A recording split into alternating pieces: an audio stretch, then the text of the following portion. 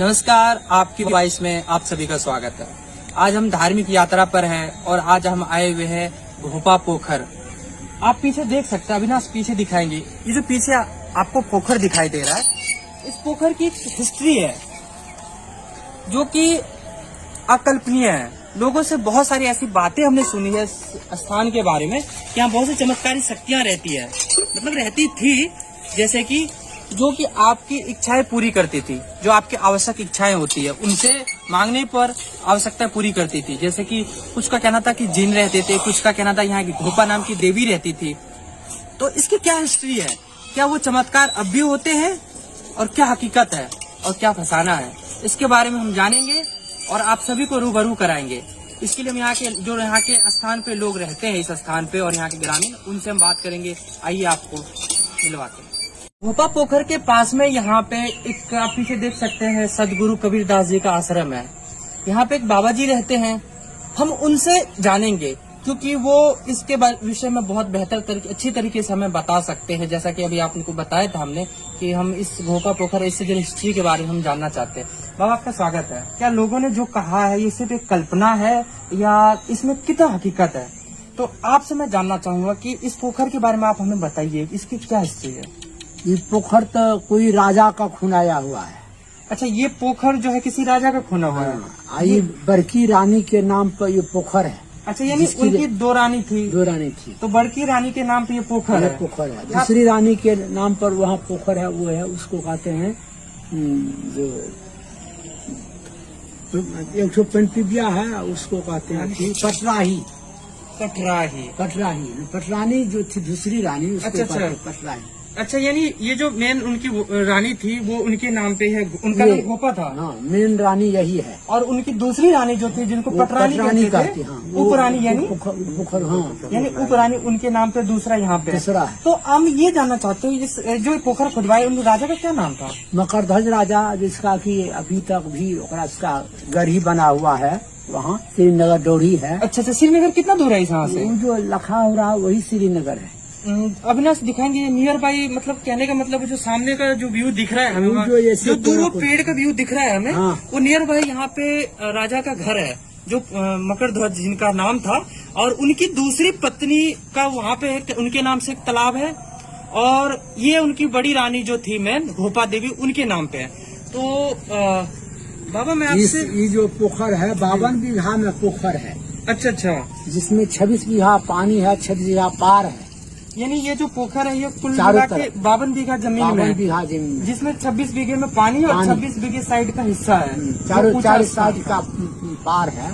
तो बाबा, मैं ये जानना चाह रहा था, मैंने उसी बात पे मैं वापस में आपसे पूछना चाहूंगा कि लोगों से मैंने सुना है कि यहाँ से जो लोग जाते थे तो उनको यहाँ से कुछ चमत्कारी चीजें देखने को मिलती थी। उसके बाद में आप हमें डिटेल से बताइए। जो था उसके लिए तो जो आते थे उसको भोजन मिलता था।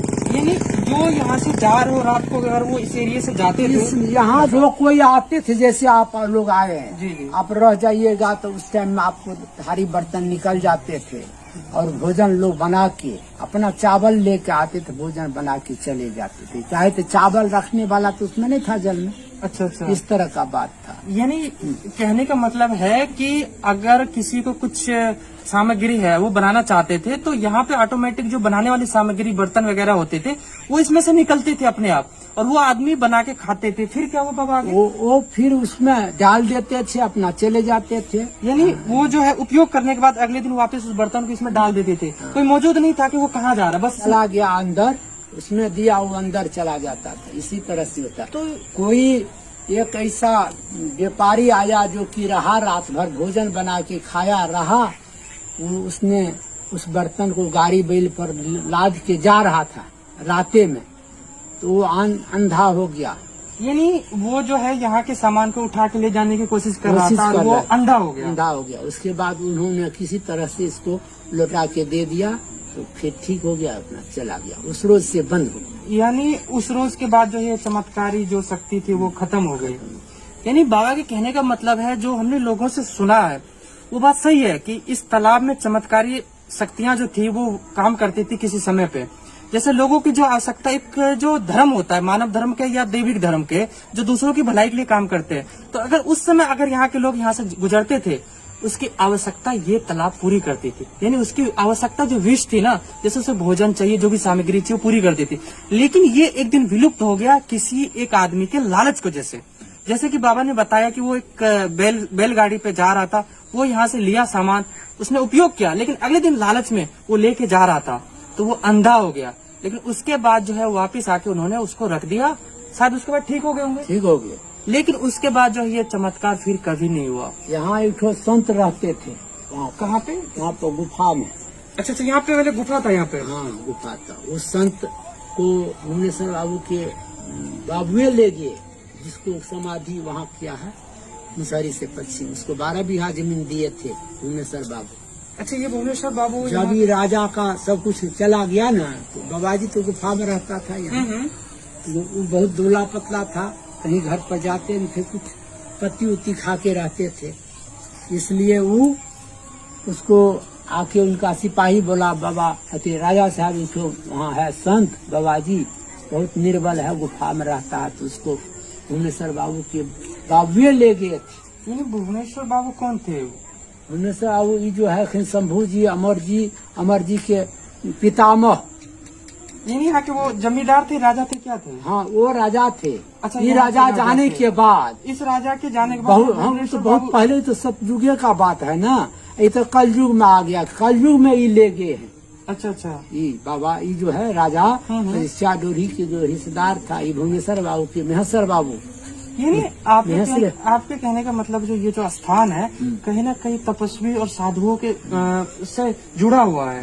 कहीं ना कहीं ये जो चीजें हुई है, जो भी अदृश्य शक्ति या फिर इस तरह की जो बातें हुई है, वो यहाँ पे जुड़ी हुई है। यानी कहने का मतलब ये जो स्थान, ये समुद्र, ये जो तालाब है, नॉर्मल तालाब नहीं है, ये धार्मिक शक्तियों से जुड़ी हुई है। हाँ, उसमें तो कोई कमी नहीं है, धार्मिक शक्ति में बहुत बड़ा। बाबा, आप यहाँ तालाब के बगल में आपका आश्रम है, आप यहाँ पे रहते हैं, क्या कुछ अभी कुछ विशेष आपको देखने को मिला? अभी कुछ विशेष जैसे कि कुछ चमत्कारी शक्तियाँ या देवी शक्तियाँ, जैसे कुछ चमत्कारी से यही मिला। जिस रोज हम इसका स्थापना कर रहे, निर्माण कर रहे थे, उस रोज हमको यहाँ तिरपाल तानने के लिए नहीं दिया, समझे? तिरपाल तानने के लिए हम जो टेंट लगा रहे थे, उस तरह का तूफान हुआ जो तिरपाल नहीं ताना गया। समझे? प्राकृतिक आपदा। हाँ, प्राकृतिक। उसी टाइम जब तिरपाल बंद कर दिए तो सब कुछ ठीक हो गया। और जैसे हम ध्वजाई फहराए ना, हमारा फूल ऊपर में, तो कहा, लोगों ने कहा जो अब तो कैसे होगा, अब तो यूँ फहरना होगा तब न फूल खिलेगा। रस्सी उसका फूल गया और सब लोग ऐसे कहने लगा, अब क्या होगा, कभी से कहीं रुबाई कैसे, आपसे आप फिर वह फूल गया। और सब वो शक्तियाँ जो है कहने की अब भी है, वो संपर्क साधने अभी भी तो देख रहे हैं। जबकि ध्वजा पर गिरा, अच्छा, तो ध्वजा पर गिरा तो ध्वजा फहराना हमारा जितना में है वो सही है, उसके नीचा।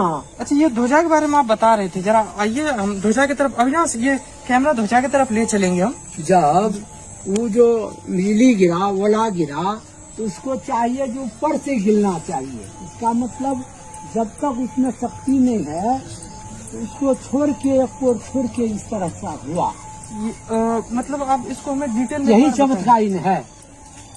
जब इस पर ओला गिरा, जिसको गज कहे, जो कह सकते हैं, वो जो गिरा तो ऊपर के बाद में गिरा जहाँ फरहाना। कब की घटना है, कितने दिन पहले? तो रविवार की है, यानी इसी रविवार की। इसी सुबह में पानी नहीं आया था। अच्छा, ये नोटिस करने वाली बात है। बाबा ने पहले भी बताया कि यहाँ पे मतलब वैसे तो नॉर्मल, लेकिन चमत्कारी शक्तियाँ कुछ न कुछ यहाँ से जुड़ी हुई है। चमत्कारी है। बाबा के कहने का मतलब ये बताना चाह रहे हैं कि ये जो पीछे जो ध्वजा आप देख रहे हैं, ये ध्वजा जो है, बाबा से हम पहले भी इस पे चर्चा कर चुके हैं, दोबारा चर्चा कर रहे हैं ताकि आप लोग समझ सके। ये बाबा का कहना है, जो आसमानी बिजली, हम सभी जानते हैं आसमानी बिजली जब गिरती है जिस स्थान पे, वो स्थान या उसमें आने वाली वस्तु पे जल जाती है। लेकिन आपको ये सुन के आश्चर्य होगा कि जो बांस आप देख रहे हैं, इस पे बिजली ऊपर से गिरी, बांस फट के पूरा दिख रहा है। आप किस तरीके से, अविनाश दिखाएंगे जरा आप, ये देखिए पूरी तरीके से फटी हुई है ये, लेकिन ये बांस जली नहीं है। और इसका जो कबीरदास जी का ऊपर ध्वजा लगा हुआ था, वो ध्वजा भी सामने देखिए, वो सुरक्षित है पूर्णतः। लेकिन इस जगह को कुछ नहीं हुआ, ध्वजा भी सुरक्षित है और ये इस तरीके से फट के अंदर चला गया, लेकिन ये जला नहीं। तो इससे क्या कह सकते हैं कि क्या शक्तियाँ अब भी इस जगह पे मौजूद है? जो कि हमें कहीं ना कहीं इस चीज का प्रमाण दे रही है कि धार्मिक शक्तियां जो है वो धर्म कभी खत्म नहीं होती है, जो वो समय के साथ बदलती करते है। हैं उसका मनोकामना पूरा हो जाता है और क्या। यानी इस जगह पे जो है अभी भी बाबा धार्मिक शक्तियां ऐसा है कि अगर कोई अपनी विश मांगे तो वो अगर दिल से तो पूरी होती है।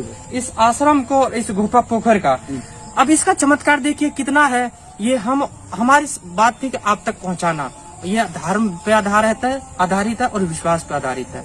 मेरा आज का धार्मिक यात्रा यही समापन होती है।